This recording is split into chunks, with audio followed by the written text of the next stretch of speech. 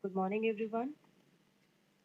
Today, in this video, I'm going to begin with the second chapter in Indian economic development. The second chapter is Indian economy from 1950 to 1990. On 15 August 1947, India woke to a new dawn of freedom.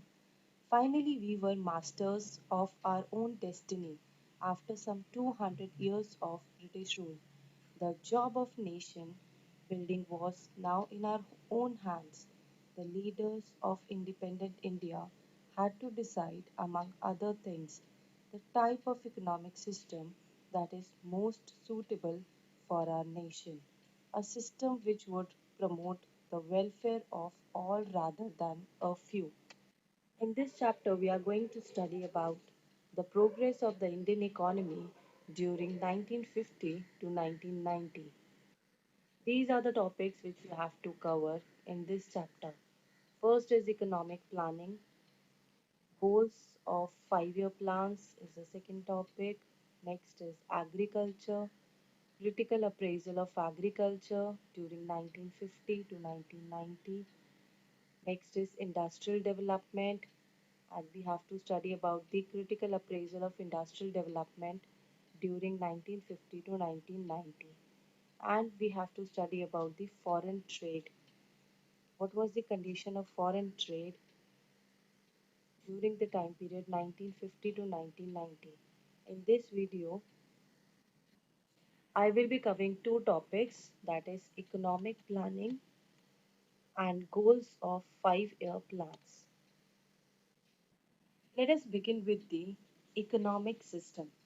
Every country has to find answer of three basic economic problems, namely what to produce in the country, how to produce the selected goods and services, and for whom to produce. That is, how goods and services to be distributed among people. The answer to these questions lie in the adoption of any of the following type of economic system. There are three types of economic system: capitalist, socialist, and mixed economic system. Under capitalist economy, it is the one in which the means of production are owned, controlled, and operated by the private sector, and production is done only for the earning profits. It is also known as market economy, and it is the one wherein the market forces of demand and supply determine the price of goods and services. In a market economy or in capitalism, those goods will be produced which are in demand both in domestic as well as in the foreign markets. And that technique of production will be used which is relatively cheaper.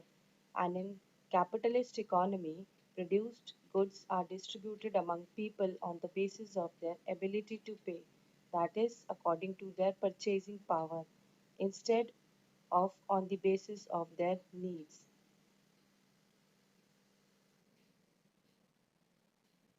Second was the socialist economy. A socialist economy is the one in which means of production are owned, controlled, and operated by the government. In a socialist economy, government decides what goods are to be produced in accordance with the needs of the society. It is assumed that government knows what is good for the people of the country, and so private entrepreneurs are not given much importance in socialist economy. The government decides how goods are to be produced and how they should be distributed. Distribution under socialism is based on what people need and not on what they can afford to purchase. For example, a socialist country provides free health care to all its citizens. In Cuba and China, most of the economic activities are governed by the socialist principles. Socialism appealed to Jawaharlal Nehru the most. He was the first Prime Minister of our independent India. However, he was not in favor of the kind of socialism established in the former Soviet Union, where all the means of production, that is, all the factories in the farms and the farms in the country, were owned by the government. There was no private property, and it is not possible in a democratic country like India for the government to change the ownership pattern of land and other properties of its citizens in the way that it was done in the former Soviet Union. So, India decides that India would be a socialist society with a strong public sector but also with private property and democracy. The government would plan for the economy, with the private sector being encouraged to be part of the plan effort. That means we adopted the mixed economy. A mixed economic system refers to a system in which the public sector and the private sector are allotted their respected roles for solving the central problems of an economy. For example, what to produce, how to produce, and for whom to produce will be solved by both the sector, that is, government and the private sector. The private sector provides whatever goods and services it can produce well, and the government provides essential goods and services which the market fails to do. A mixed economy is a combination of a market economy and a socialist economy.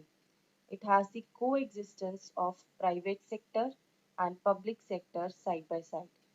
The areas which are strategic and are of national importance are reserved for the private sector, and in mixed economies, the government, which is known as public sector, and the market, which is known as the private sector, together answer the three basic questions of what to produce, how to produce, and for whom to produce. For example, the market fails to provide essential goods and services like health, education, and the market will provide what it can provide well, and the health and education will be provided by the government. So we must remember that India has adopted mixed economic system where we have public sector, that is government, and private sector both playing their respective roles in the economy. Let us study about economic planning. Due to scarce resources, we have to use resources in a planned manner. That is why we should make an estimate of our available resources, and these resources should be allocated among different uses in order of priority. The method of allocating resources among different uses according to needs is known as economic planning, and the scheme is known as economic plan. We can say that a plan spells out how the resources of nation should be put to use. And planning can be defined as a technique in which a central planning authority seeks to achieve a definite objective and targets within a specified period of time while keeping the country's available resource in view. Plans should have specific objective and general goals, which are to be achieved within a specified period of time. And in India, plans are of 5 year duration. That is why it was known as 5 year plans. The beginning of planning in India was made in March 1950 when the Planning Commission of India was set up, and the chairman of Planning Commission was the Prime Minister. The purpose of the Planning Commission was to assess the country's available resources and to formulate a plan for their most effective use. The Planning Commission fixed the periods of plan at 5 years. To build cooperation between the states and Planning Commission, National Development Council was constituted on 6 August 1952. The 5 year plans have also taken care to ensure that the weaker sections of the population benefit from the economic progress of the country. And Government of India established Niti Aayog, that is National Institute for Transforming India Aayog, on 1st January 2015 to replace Planning Commission. Again, the Prime Minister heads the Niti Aayog as its chairman. Planning Commission was an advisory body, and so is Niti Aayog. But the key difference between both of them is Planning Commission had allocate funds to ministries and states, and now this function is performed by the Finance Ministry. Niti Aayog is an essentially a think tank and a truly advisory body. In Niti Aayog, state governments are expected to play greater role in planning or implementation of policies. Final policy would come only after consulting states. National Institute for Transforming India will act more like a think tank and does not have the power to impose policies. Prime Minister will be the ex officio chairman of the Niti Aayog and a vice president will be appointed by the Prime Minister. All the chief minister and administrator of union territories will be its members. Now let us discuss about the common goals of 5 year plans. Each plan was having their objective to be achieved, but there were few common goals of 5 year plans, or we can say economic planning. And these goals are economic growth, modernization, self-reliance, and equity. First, we will discuss about economic growth. It refers to increase in the country's capacity to produce the output of goods and services within the country. It implies either a larger stock of productive capital or a larger size of supporting services like transport and banking, or an increase in the efficiency of productive capital and services. A good indicator of economic growth is steady increase in gross domestic product. We have already studied about gross domestic product in our chapter National Income. GDP is the market value of all goods and services produced in the country during a year. And GDP or gross domestic product, you can consider it as a cake, and growth is the increase in the size of the cake. If the cake is larger, more people can enjoy it. It is necessary to produce more goods and services if the people of India are to enjoy a more rich and varied life. The GDP, that is gross domestic product of a country, is derived from the different sectors of the economy, namely agricultural sector, industrial sector, and the service sector. So we have to increase the production or increase the capacity of production of goods and services in all the sectors, that is agriculture, industry, and the service sector, to have growth in our country. Second goal of 5 year plan is modernization. Modernization means the use of new technologies as well as change in the social outlook. To increase the production of goods and services, the producers have to adopt new technology. For example, a farmer can increase the output on the farm by using new seeds varieties instead of using the old ones. Similarly, a factory can increase output by using a new type of machine. So we can say that adoption of new technology in the process of production is called as modernization. And modernization does not refer only to the use of new technology but also to changes in social outlook, such as the recognition that women should have the same right as men enjoyed. In a traditional society, women are supposed to remain at home while men work. But in a modern society, it make use of the talent of women in the workplace.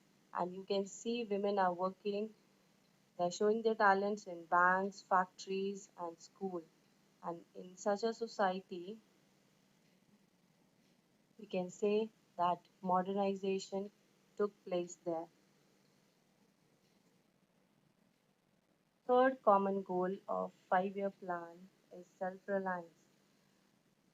Means development through domestic resources and avoiding the use of imported resources. A nation can promote economic growth and modernization by using its own resources or by using resources imported from other nations. The first 7 5-year plans gave importance to self reliance, which means avoiding imports of those goods which could be produced. This policy was considered a necessity in order to reduce our dependence on foreign countries, especially for food, because India was considered to be an agrarian economy. It is understandable that people who were recently freed from foreign domination should give importance to self reliance, and it was feared that dependence on imported food supplies, foreign technology, and foreign capital may make India's sovereignty vulnerable to foreign interference in our policies. The last common goal of 5-year plan is equity. Growth by itself may not improve the economic well being of people. A country can have high growth and at the same time also have most of its people living in poverty. It is important to ensure that benefits of growth should reach the poor instead of being enjoyed only by the few rich. Besides growth, fair distribution of income is also important. That is what our planners have called growth with social justice or equity. The Planning Commission stated its policy towards income inequality in the fourth plan document. The objective is being given relatively more importance by emphasizing inclusive growth. Inclusive growth here means that the poor and weaker sections should equally participate in various economic activities and that the benefits of economic growth should reach all the sections of society. Every Indian should be able to meet his or her basic needs such as food, a decent house, education and health care, and inequality in the distribution of wealth should be reduced. These are the common goals of 5-year plan. Now let us discuss about plans in India. I have told you that Planning Commission was set up in 1950 and first 5-year plan was launched on 1st April 1951. The duration for first 5-year plan was from 1951 to 1956 and the second 5-year plan started from 1956 to 1961. Third 5-year plan started from 1961 to 1966. The second 5-year plan was based on the ideas of P.C. Mahanulu. He is known as father of Indian statistics.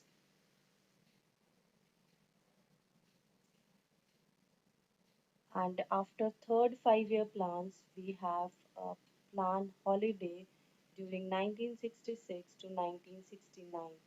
We had three annual plans during this time period.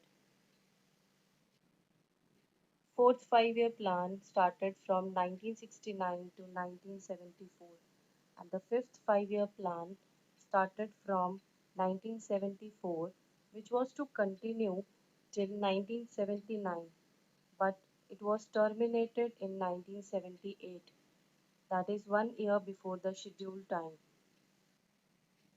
And again, we had annual plans during 1978 to 1980. There was no five-year plan during this time period. And our sixth five-year plan started from 1980 to 1985. Again, seventh five-year plan from 1985 to 1990.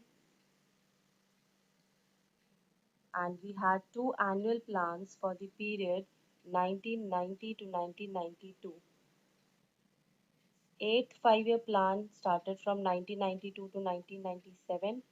Ninth five-year plan started from 1997 to 2002.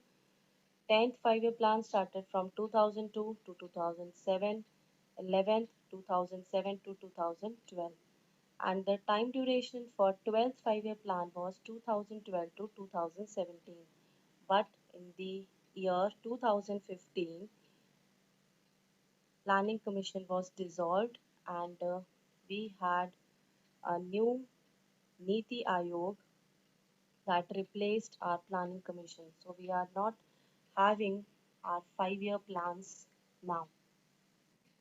So this was all about economic planning, plans in India, and common goals of five-year plan. Thank you.